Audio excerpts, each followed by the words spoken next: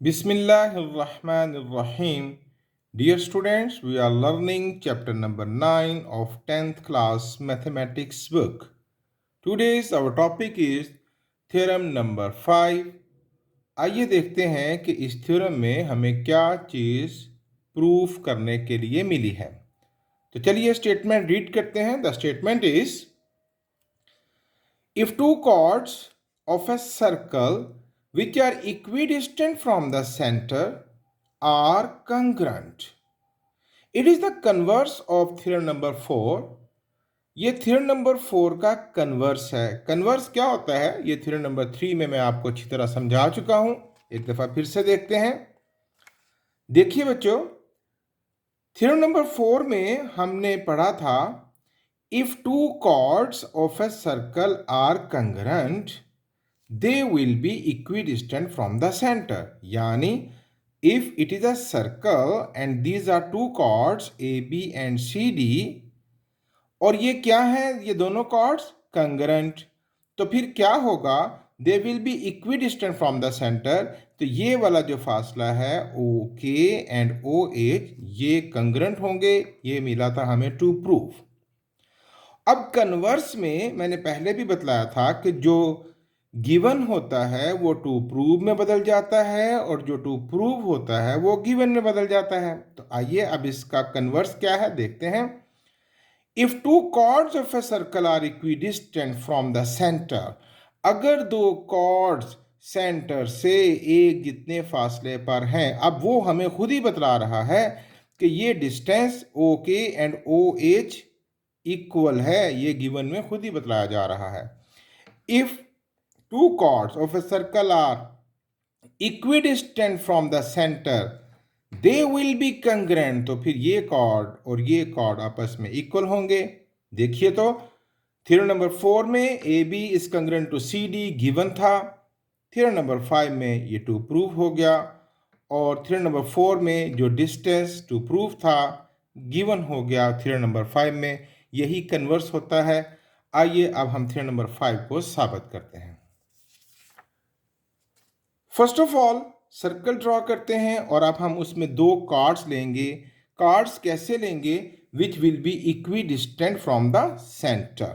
ख्याल रखना है आपने डायग्राम बनाते वक्त, फासले का ख्याल रखना है। ऐसे दो कार्ड लेने हैं कि वो सेंटर से एक इतने फासले पर हों। ये हम दो कार्ड ले लेते हैं A B and C D. और ये देखिए अगर ये सेंटर है ओ तो ओ के डिस्टेंस और ओ एच डिस्टेंस ये इक्वल होने चाहिए अकॉर्डिंग टू द स्टेटमेंट। इन सारी बातों को लिख लेते हैं। A circle with centre O in which AB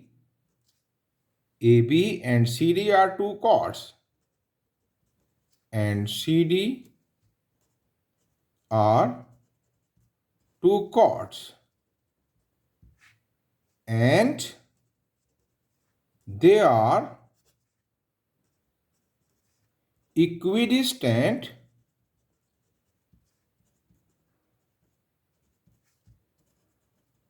from the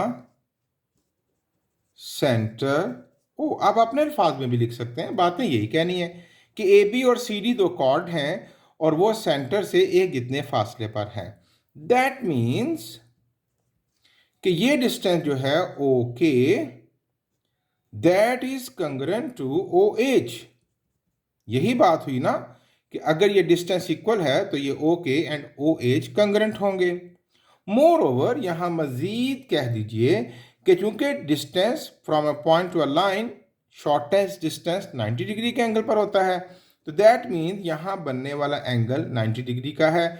अगर मैं इसका नाम 1 और 2 रखूं तो मोर ओवर ये भी कह सकते हैं so that measure angle 1 is equal to measure angle 2 is equal to 90 degree. ये गिवन में बातें पूरी हो गई। अब व्हाट इज टू प्रूव, हमें क्या साबित करना है? हमें साबित करना है कि ये जो दो कॉर्ड्स हैं A B and C D they are congruent. Measure A B is equal to measure C D. चलिए कंस्ट्रक्शन करते हैं, quite easy. Join O to A and O to C. Join O to A and O to C.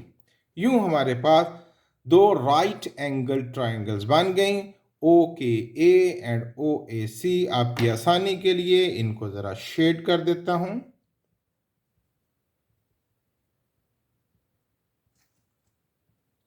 ताकि आपको अच्छी समझ आ जाए। Here are two triangles OKA and OHC। आइए हमने इसमें से साबित ये करना है कि AB is congruent to CD। Let's start। In correspondence,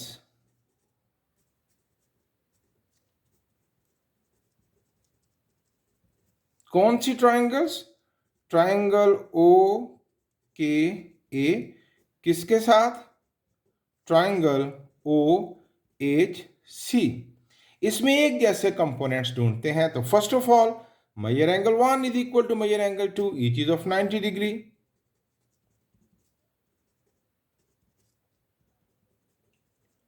Each is of 90 degree given. Number 2, OA is congruent to OC, radii of the same circle। कुछ बातें कॉमन हैं, बड़े थ्योरम्स में हो चुकी। OA is congruent to OC, radii of the same circle।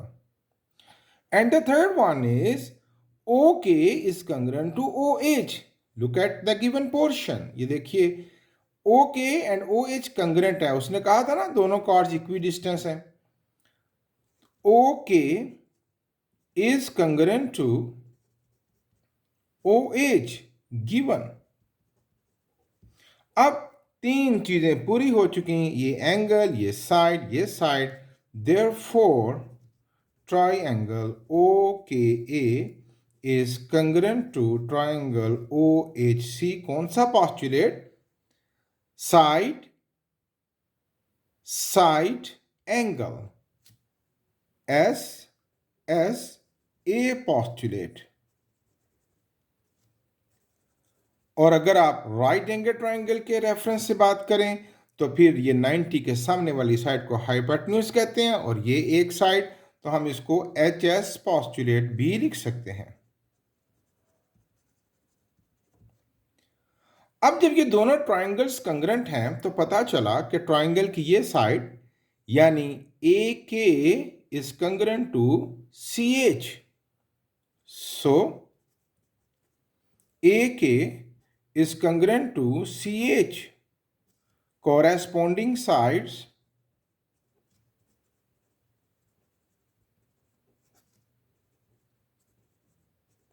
of congruent triangles, shorthand लिख देते हैं, corresponding sides of congruent triangles। Okay लेकिन बच्चों it is not our target. हमारा टारगेट तो है कि पूरा कॉर्ड AB इस कॉर्ड CD के इक्वल है, जबकि AK इस कॉर्ड का हिस्सा है। भाई कितनवा हिस्सा है, जरा यहां थोड़ी सी तवज्जो रखें। AK is half of AB। We have learned in previous theorem, हमने पढ़ा था ना कि सेंटर से परपेंडिकुलर कॉर्ड को बाइसेक्ट कर देता है। तो AK इस AB का हाफ है। As AK measure AK is equal to half of measure AB। Reason क्या? Perpendicular from centre bisect the chord. Perpendicular from centre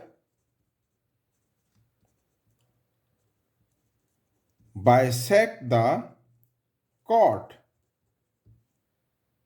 Once again, अगर मैं इसको इक्वेशन 1 कहते हैं, इसकी हमें जरूरत पड़ेगी. अगर मैं इसको इक्वेशन 2 कहूं तो इसी तरह की बात इस साइड के लिए होगी कि CH is part of the card CD, और कितनवा पार्ट है? Half. Maihar CH is equal to half of measure CD. Same reason, perpendicular from center bisect the chord. Okay, it is the equation number 3. And now observe the equation 1, 2 and 3. Equation 1 में हमने पढ़ा कि AK is congruent to CH. देखें, अब अगर दो sides equal हैं तो ये जिनके हाफ होंगे यानी उनके ट्वाइस, अगर दो साइड्स इक्वल हैं तो उनके ट्वाइस भी इक्वल होंगे. तो फिर मैं आसानी से कह सकता हूं, सो AK का ट्वाइस क्या है? AB, और CH का ट्वाइस क्या है? CD. So measure AB is equal to measure CD from equation 1, 2 and 3. From equation 1, 2 and 3. ये था बच्चों आज का थ्योरम. उम्मीद करता हूँ आपको खूब अच्छी समझ आई होगी. Thank you very much.